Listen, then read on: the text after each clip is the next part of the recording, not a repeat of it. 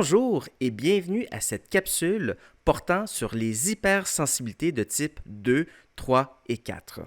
Lors de la capsule précédente, nous avons parlé de l'hypersensibilité immédiate de type 1, celle qu'on appelle l'allergie.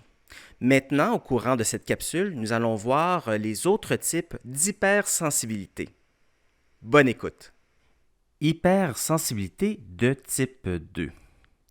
Au courant de la capsule précédente, nous avons parlé de l'hypersensibilité de type 1. Maintenant, nous allons voir les autres types d'hypersensibilité.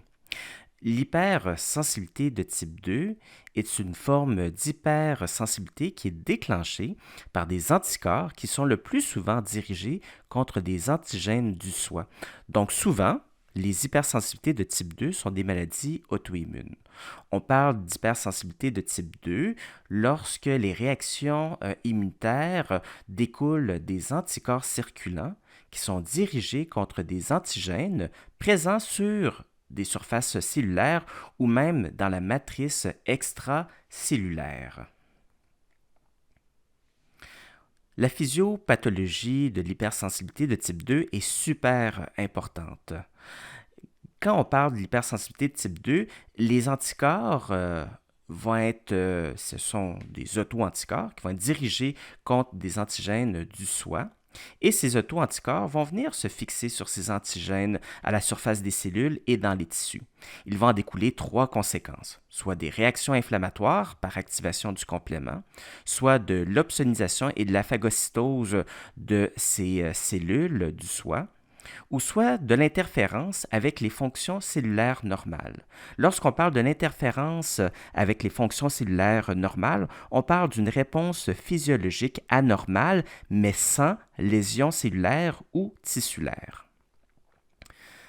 Ces trois mécanismes effecteurs d'hypersensibilité de type 2, c'est vraiment important de s'en souvenir et de bien les comprendre. C'est pourquoi nous allons les reprendre un après l'autre.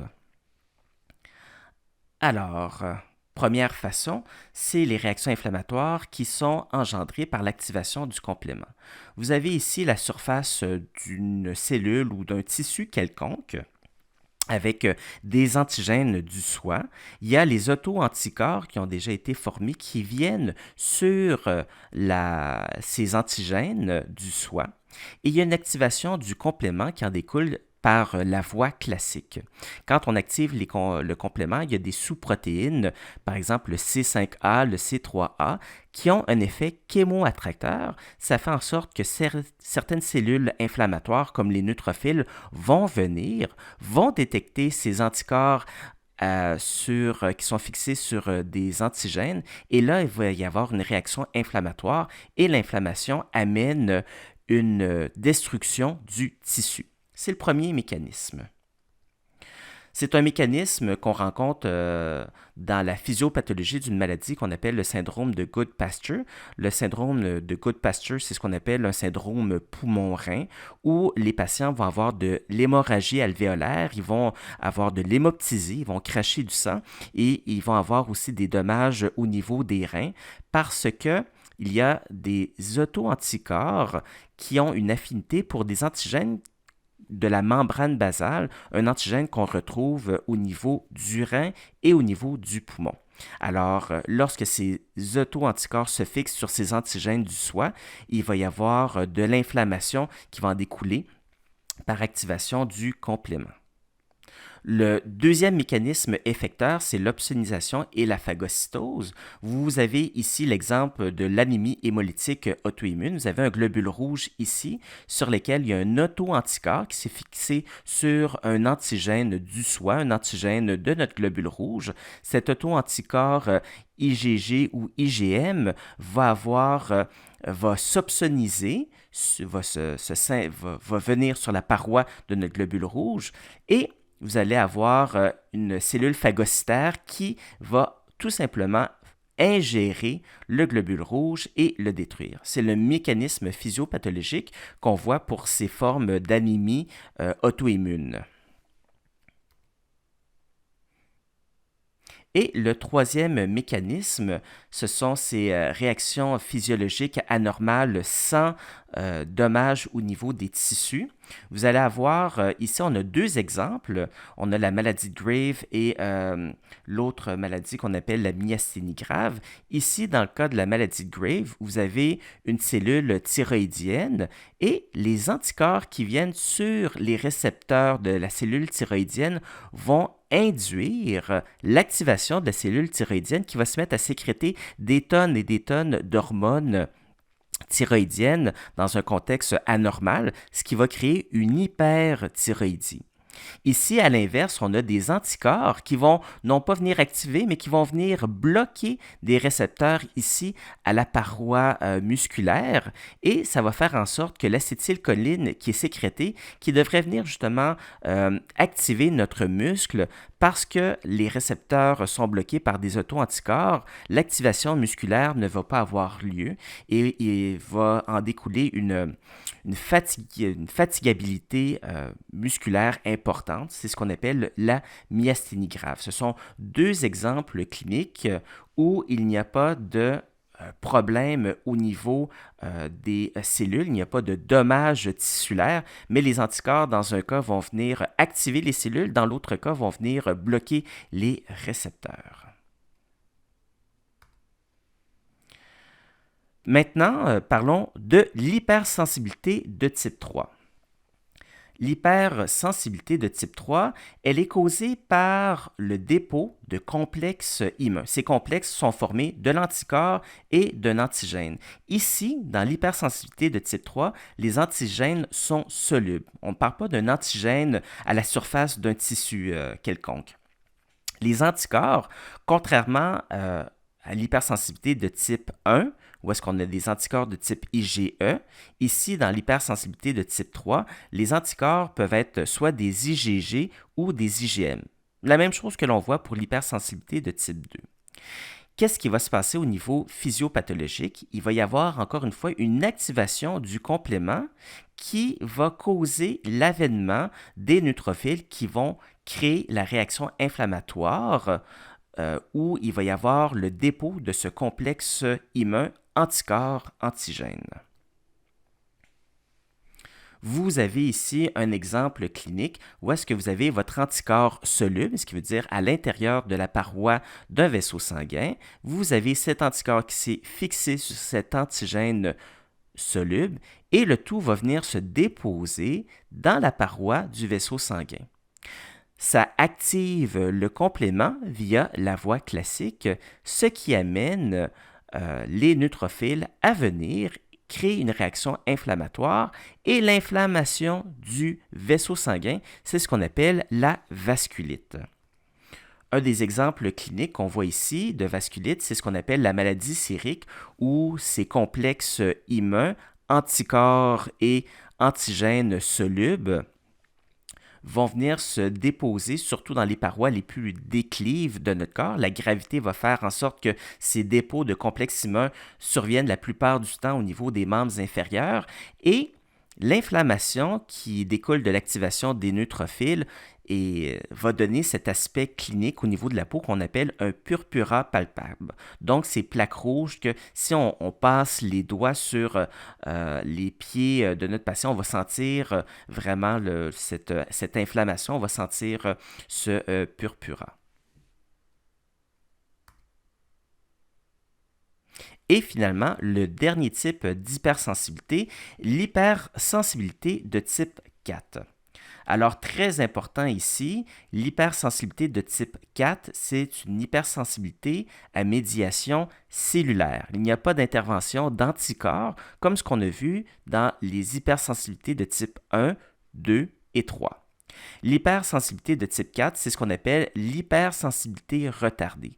Donc, lorsqu'on a une exposition avec l'antigène, ça peut prendre plusieurs heures avant que les symptômes cliniques apparaissent. Les maladies qui sont induites par les hypersensibilités de type 4 font intervenir surtout les lymphocytes T. Les réactions sont généralement dirigées contre des antigènes cellulaires, donc une distribution restreinte. Les patients qui souffrent d'hypersensibilité de type 4 n'ont généralement pas de manifestation systémique de cette hypersensibilité. Les lymphocytes T, on se souvient, il y en a deux types, il y a les CD4 et les CD8, et lorsque ces lymphocytes vont être en contact avec leurs antigènes, ils vont engendrer des lésions tissulaires. Les lymphocytes CD4, par eux-mêmes, sont incapables de provoquer un dommage tissulaire, mais en sécrétant des cytokines, ça peut induire l'avènement de cellules inflammatoires qui, elles, vont causer les dommages tissulaires.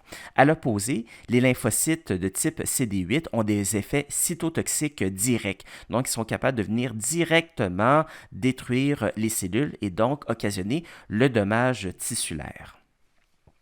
On le voit ici, l'hypersensibilité de type 4 intéresse les lymphocytes T. Il y a deux grands mécanismes, soit via les lymphocytes CD4 ou soit via les lymphocytes T CD8. Au niveau des lymphocytes T CD4, lorsque le lymphocyte rencontre son antigène, il va sécréter des cytokines, lesquelles vont faire en sorte que des cellules de l'inflammation, telles les neutrophils, vont venir et cette inflammation amène un dommage des tissus. À l'opposé, un lymphocyte CD8 qui a rencontré son antigène et qui est activé est capable d'induire directement une apoptose et une lyse cellulaire, ce qui amène aussi un dommage tissulaire. Je vais vous montrer maintenant des exemples cliniques d'hypersensibilité de type 4.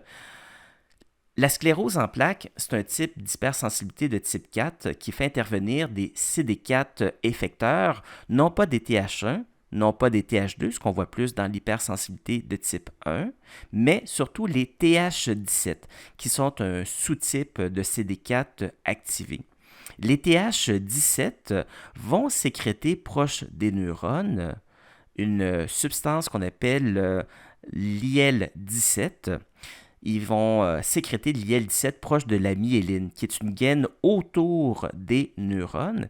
Et la sécrétion d'IL-17 est très chémoattracteur. Il y a des neutrophils qui vont arriver, générer de l'inflammation, et ça va détruire la myéline.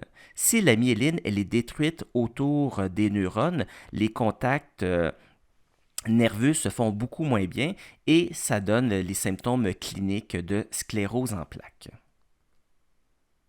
Un exemple maintenant d'hypersensibilité de type 4 avec intervention des TCD8, vous avez la réaction au sumac vénéneux, ce qu'on appelle la réaction à l'herbe à puce.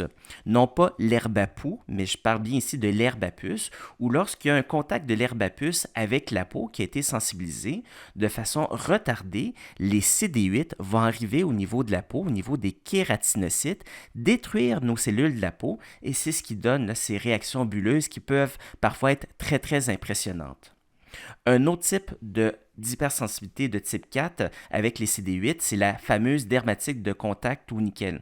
On connaît tous des gens qui sont condamnés à porter des bijoux, soit en argent, soit en or, soit en platine, mais qui sont incapables de porter des bijoux de fantaisie avec des alliages de nickel, parce que certains individus, lorsque le nickel est appliqué sur la peau, le nickel peut se solubiliser un peu, transformer certains antigènes de surface au niveau de la peau et amener une hypersensibilité de type 4 où les CD8 vont venir détruire les cellules qui ont été en contact avec le nickel.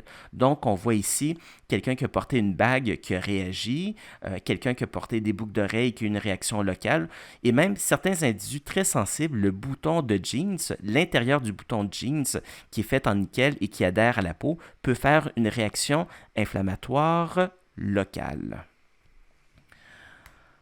Alors voilà, ça met fin à notre cours sur les hypersensibilités. J'espère que le tout vous a plu et que le tout était quand même assez clair. Nous venons de réviser les hypersensibilités de type 2, 3 et 4. Merci de votre attention.